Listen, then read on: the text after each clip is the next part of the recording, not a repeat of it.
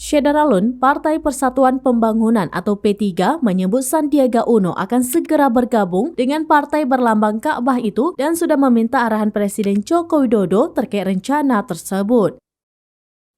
Hal itu terkait kabar Sandi berpamitan dengan Ketua Umum Partai Gerindra Prabowo Subianto untuk mundur dari Gerindra.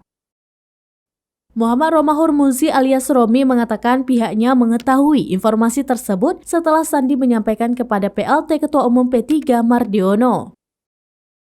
Terkait rencana Sandi akan bergabung dengan P3, Romi menuturkan keputusan finalnya setelah Lebaran. Kabar pamitnya Sandi dari Partai Gerindra diungkapkan Ketua Harian DPP Partai Gerindra Sufmi Dasko Ahmad. Ia menyebut bahwa Sandi sudah berpamitan kepada Ketua Umum Prabowo Subianto untuk pindah ke P3. Hal itu dilakukan Sandiaga Uno saat bertemu Prabowo Subianto beberapa waktu lalu.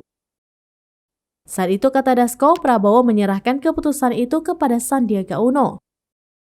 Prabowo juga meminta kepada Sandiaga untuk menimbang keputusan untuk keluar dari Gerindra.